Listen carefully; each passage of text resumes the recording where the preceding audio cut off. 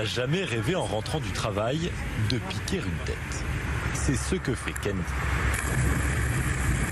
Lui aimerait un jour se baigner dans la Seine. Nous, nageurs en eau libre, bon, on prend du plaisir et puis ça montre l'importance qu'il y a à préserver cet élément. En effet, la baignade exige une bonne qualité de l'eau. Sur les bords du fleuve à Paris, les pêcheurs attrapent de plus en plus de poissons et c'est bon signe. Ça, c'est un poisson qui avait totalement disparu il y a 30 ans. Et grâce à nos efforts d'amélioration du milieu aquatique, il y en a de plus en plus dans la Seine et des très beaux spécimens. Différentes espèces réapparaissent car l'eau de la Seine n'a jamais été aussi pure. Plus l'eau va être propre, plus on va avoir des espèces qu'on appelle bio-indicatrices, comme par exemple le chabot, qui vont être présentes dans l'eau pour témoigner de sa qualité. Et ça permet aussi de repérer les pollutions quand ces espèces vont décliner. C'est pour ça que les pêcheurs permettent d'alerter sur ce genre de choses.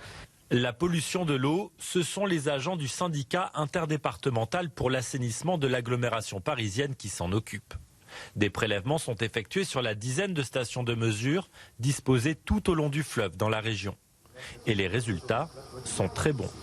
Nos filières de traitement sont déjà très efficaces vis-à-vis des bactéries fécales.